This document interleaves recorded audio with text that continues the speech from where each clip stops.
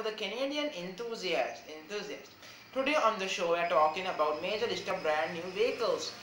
Today we are going to talk about one particular vehicle, not just a group, and that's coming next week. We'll talk about comparisons next week, but this week on the show we'll talk about an important debate that's been stretching around the industry,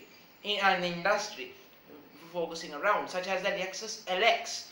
The Lexus LX is a very important vehicle, that's right to mention. Lexus flagship in terms of their SUV lineup.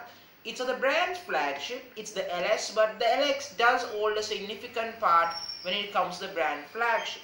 And today on Canadian Enthusiast, we will talk about the LX future and what should they do with the next generation. Or is the current generation a little bit too old, or is it long in the tooth?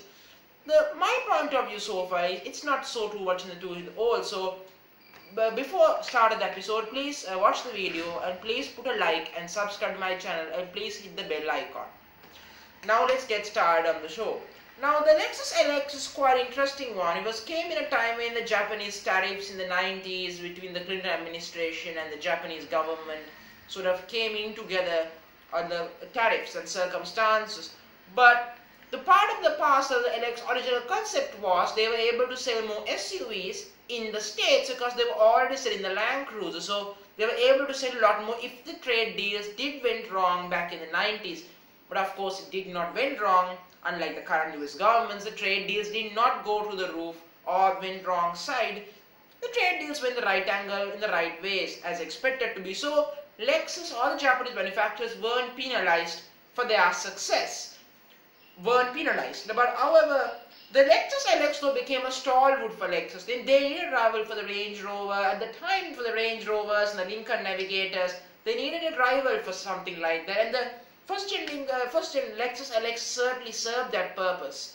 But the first gen Lexus LX was really a rebadged J80 to the Land Cruiser. But that's nothing wrong with that because the J Land Cruiser is by far the poshest of the Land Cruisers to begin the trend with. I mean, since the 1970s, the Land Cruiser became a comfort-oriented vehicle, but the J80 is the model that really stretched the bar. Without using a Lexus badge, Toyota was able to rival the Land Cruiser. Now, the Lexus LX, if you saw Doug Marino's video, he might tell you there was no large difference between the LX and the Land Cruiser in terms of standard equipment. I'm going to ask Doug a very important question about it. What were you expecting? It's the late 90s and Lexus needed an SUV before the Lexus RX to be introduced to the market. When the market was blooming with these luxury SUVs, they needed something because you couldn't rush. You needed something quick and fast, and there was nothing wrong with the Land Cruiser, and there's part about it. But of course the first gen lasted from 1995 until 1997, which it is trying to be fair, it never really accounted one of the shortest production runs indeed by Lexus, which is rather thing to say. But the second generation is the one that lasted for 9 years, from 1998 until 2007. Now that generation of the Lexus LX though for me is my most favorite Lexus LX. There is no question about the Lexus LX of being my most favorite because it lasted a lot longer in production, but that began the trend about long production runs. Something that can go on for more than 6-7 years, not just 5 years, it's just not 5 years in a production run. But of course, that generation of the Lexus LX is a far understated argument about how does the process works. But the current generation LX came out in 2007, which seems like a far-fetched policy. But in 2007, though the LX came out, it was quite a good breed. There was no Escalades hovering around saying, I am good. Like, look, the current Cadillac Escalade is a technological marvel, see. But in 2007, the Cadillac Escalade was a rebadged GMC Yukon XL. Or a Yukon XL was a rebadged Chevy Suburban. But now in 2020, people say it's not quite good enough, other 100 vehicles are good. But let me ask them a question. The current Lexus LX gave the high standards of build quality standards to the more affordable rivals below the Range Rovers in 2007. So if Cadillac meets the requirements and rivals right now in 2007, back in 2007, they are meeting them in 2020. So Lexus were ahead of their time when it comes comes to the rivals from the United States by far ahead. So are they all on that circumstances? Not really. They set the bar many years ago. That's when General Motors came into the business. Now I'm not going to talk about Lincoln because Lincoln's success is a sudden boom. It's a sudden rise. It's a sudden thought of destiny of change. I will talk about that at a complete different episode, Lincoln's rise. Be with me on that show. That's going to be a very good show indeed. Now talking about the next gen current gen LX are 5-door SUV, 5 seats or 8 seats, 4-wheel drive, 8-speed. LX 570 is the model in the States, and in my home country Canada, you can buy the Lexus LX 570. However, if you're living in Australia or India, you can buy a model called the LX 450D, which is a diesel model. Now, I'm not concerned about the diesel, but I'll give you the numbers. 4.5 liter V8 turbo diesel with 268 horsepower. Now, the one more common we have is the 5.7 liter V8, the last of Toyota's naturally aspirated V8s you can buy, Toyota or Lexus, they will make. 5.7 V8, 381 horsepower indeed. Now, among all of these great numbers, the Lexus LX seems to be a far-fetched. Still, some people like Doug Marino are still saying it's old. But let me give Doug Marino a bit of a number to think. In a GMC Yukon XL, a 5.3 liter V8 engine makes 355 horsepower. In a Lexus LX, it makes 381 horsepower. So, it's not that far off. I mean, look, not every single consumer ends up buying a 6.0 liter V8 model every single time. They end up buying the Denali trim level, not always the large engine, unless it's a must in the particular trim level. Now, the Lexus LX is quite interesting for me.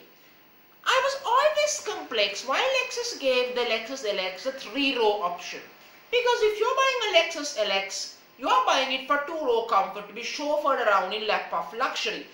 That could be the reason why you would end up buying yourself a Lexus LX most location. Maybe in the States or in Canada we tend to drive them more personally no matter what the cost of the vehicles are. But in Asia, Southeast Asia, these vehicles are purely built to be chauffeured around by actors, celebrities and politicians. So they're not really meant to be given a 3-row seating capacity. But as we live in a world where it does work in a crazy way, you can have an 8-seat LX and it's the most popular choice. Now the Lexus LX has one of the finest off-roading hardware you can imagine to have. You can imagine. It's very capable off-road. There is no question about it. And I can tell you that if you take a Lexus LX, you can come out of the forest. Let me put it this way. If you take a Range Rover, you can go to the forest, but you can't come out of the forest. Not because of its capabilities, because it's such a delicate, high-end luxury vehicle, it's never going to come out. You can take it, but no one has the guts to take a $250,000 Range Rover into a goddamn forest. What Lexus wanted to accomplish with the LX was to rival the Range Rover, same comfort standards, but to have the guts to tell the owner, take your Lexus LX, go off-road, and it won't be a disappointment. Now, it's not really a disappointment, the Lexus LX since 2007. Now, sales numbers might show they have declined, but it's natural, it's an older product and it has to lose sales.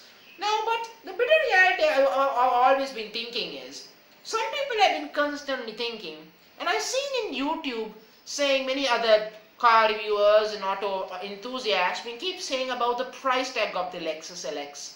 $100,000 for a Lexus LX is actually a bargain. Consider yourself a GMC Yukon XL. They will tell you it tops out at $80,000 for a Denali model. But put your sensible shoes, put your set of glasses and start to realize, are you going to limit yourself with just $80,000? You won't. You will end up spending a lot more than $80,000, maybe $100,000, maybe $120,000. All the optional packages, the extras, etc. You end up spending more than $100K. In an LX, you don't have more to upgrade. You get what you get in the first place. So what you pay $100,000 might actually mean a very steady price indeed. But of course, one more thing I want to tell you is, a few more things about the LXs. Its biggest complaints is the fuel economy. Now, I get it. It's not the most frugal engine, but it's also one of the most over-engineered engines in the world. It's top-dead reliable. It's a tank. It's a freaking tank if you really think about it in a bit of reality. Where in a suburban 6.0 V8, the LX is for me the sickest of the V8. So it's light, it's fuel efficient, it's small. Even in 6.2 liters, the LS is a very light V8. It's not too heavy. But it's also an engine that's gone through the changes of emission standards through the years. But the 5.7 is the Japanese alternative for the ever-reliable LS V8. And I have to admit this. I am totally fine with the 5.7. Now, one more thing about the factors about the LX that become in negative frame is the styling argument. People keep saying it's getting uglier and uglier. My response is, yes, some vehicles don't age well. But do you care about the outside? When you spend $100,000, I'm going to ask yourself a very important question. Do you really think a Rolls-Royce Cullinan is really pretty? It isn't. Is a Bentley Bentayga is really pretty? No, it isn't. But yet you buy it for what you get on the inside. And the comfort, the luxury, the prestige, you don't care about the exterior. Now this factor played part in many vehicles for their demise. But the Lexus brand has an advantage. The next generation Lexus LX should be coming out soon. Now before we end the video, I want to tell you one important detail about the Lexus LX. Now, the Lexus LX is not going away. There is a new generation coming. It might not be based on the Land Cruiser. It might be based on Toyota Sequoia. But that depends on how we want to picture. And one more detail. I'm going to make a very important recommendation. If you're buying yourself a Lexus LX, buy the 5-seater LX. Don't buy the 8-seater because it beats the practical purpose of buying a LX. So buy yourself a Land Cruiser. Buy yourself the 5-seater LX, not the 8-seater model. If you are a fellow Canadian, please don't be fooled by GM marketing or the people. Also, people, look, Doug is right. The Lexus LX is certainly one of the oldest in the market. But it's not very bad, as Doug says. It's not bad as it sounds. It's not. So please, thank you very much for joining me today on Canadian Enthusiast. Once you watch the video, please put a like and subscribe to my channel. And please put the bell icon. And please put what you want to we talk about in the comment section. Thank you very much.